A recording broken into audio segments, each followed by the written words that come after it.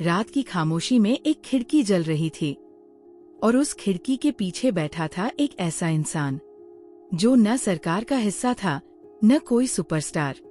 फिर भी दुनिया का डाटा उसकी उंगलियों पर था। नाम कोई नहीं जानता, काम पूरी दुनिया पर असर डालता। आज सुनिए उस शख्स की कहानी जिसे लोग कहते हैं कोड सम्राट। बारिश की रात थी, मुंबई की सड़कें खाली थी और ट्रैफिक लाइट की झिलमिलाती रोशनी में भी शहर मानो थक कर सो गया हो।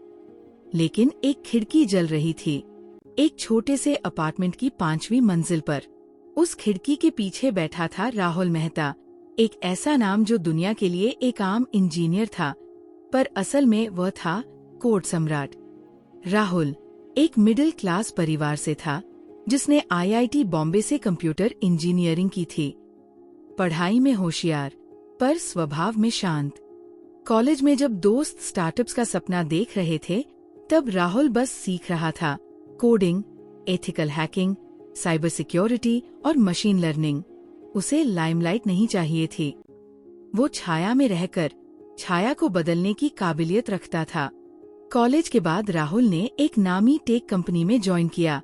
एक अच्छी सैलरी, बढ़िया टीम और एक स्थिर भविष्य। लेकिन राहुल की सोच उससे कहीं आगे थी। वह सिर्फ नौकरी करने नहीं आया था, वह दुनिया का सबसे सुरक्षित, सबसे ताकतवर वर्चुअल एम्पायर बनाना चाहता था। वो जानता था कि असली शक्ति दिखाने में नहीं, छिपे रहने में है। रात के समय जब दुनिया सोती थी, राहुल अपने कमरे की लाइट जलाकर बैठता और उस पर काम करता, जिसे वह एक्सकोर कहता था। एक्सकोर एक वर्चुअल नेटवर्क था जो दुनिया के टॉप फ्रीलांसर्स, एथिकल हैकर्स और डाटा साइंटिस्ट्स को गुप्त रूप से जोड़ता था। राहुल ने इसे एक कोडिंग प्लेटफॉर्म की तरह शुरू किया, लेकिन धीरे धीरे इसे मल्टीलेयर डिजिटल इकोसिस्टम में बदल दिया। एक्सकोर में 3 मुख्य शाखाएं थीं।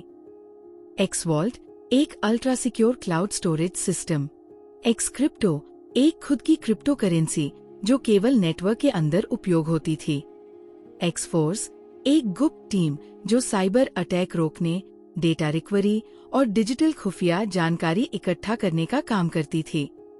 राहुल इन सभी को अकेले मैनेज करता और दुनिया को लगा कि ये अलग अलग संगठन हैं, पर पर्दे के पीछे सब कुछ उसी के दिमाग की उपज थी।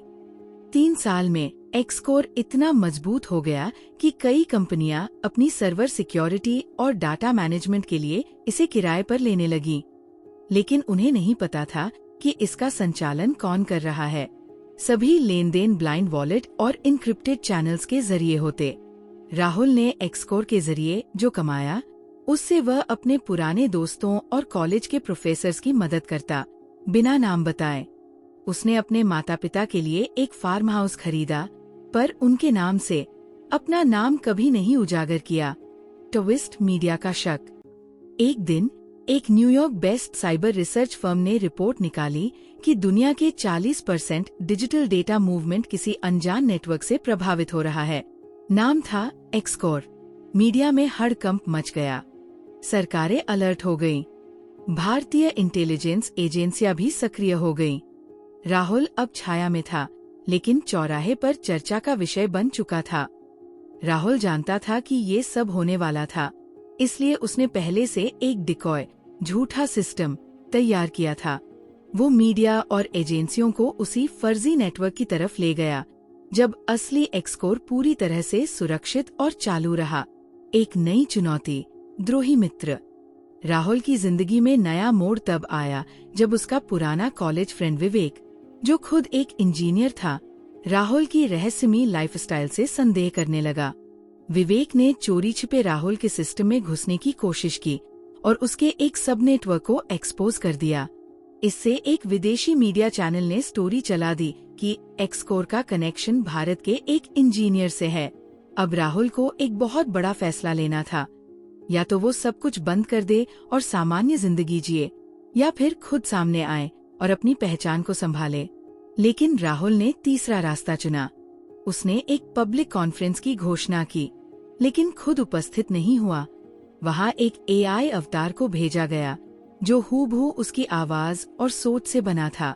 उस एआई ने कहा, मैं हूँ कोड सम्राट, मैं एक व्यक्ति नहीं, एक सोच हूँ, एक सिस्टम जो इस दुनिया को सुरक्षित रखना चाहता है।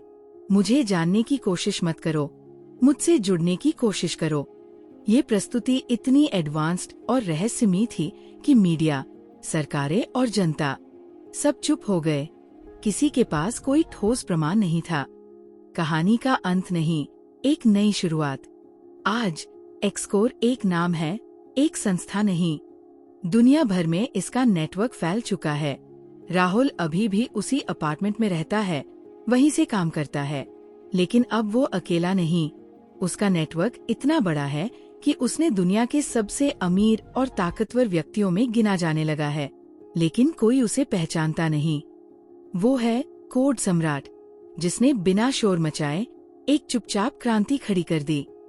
कुछ कहानियां किताबों में नहीं मिलती, वो नेटवर्क में छुपी होती है, कोड की लाइनों में और एक सोच में जो बदलाव ला सकती है।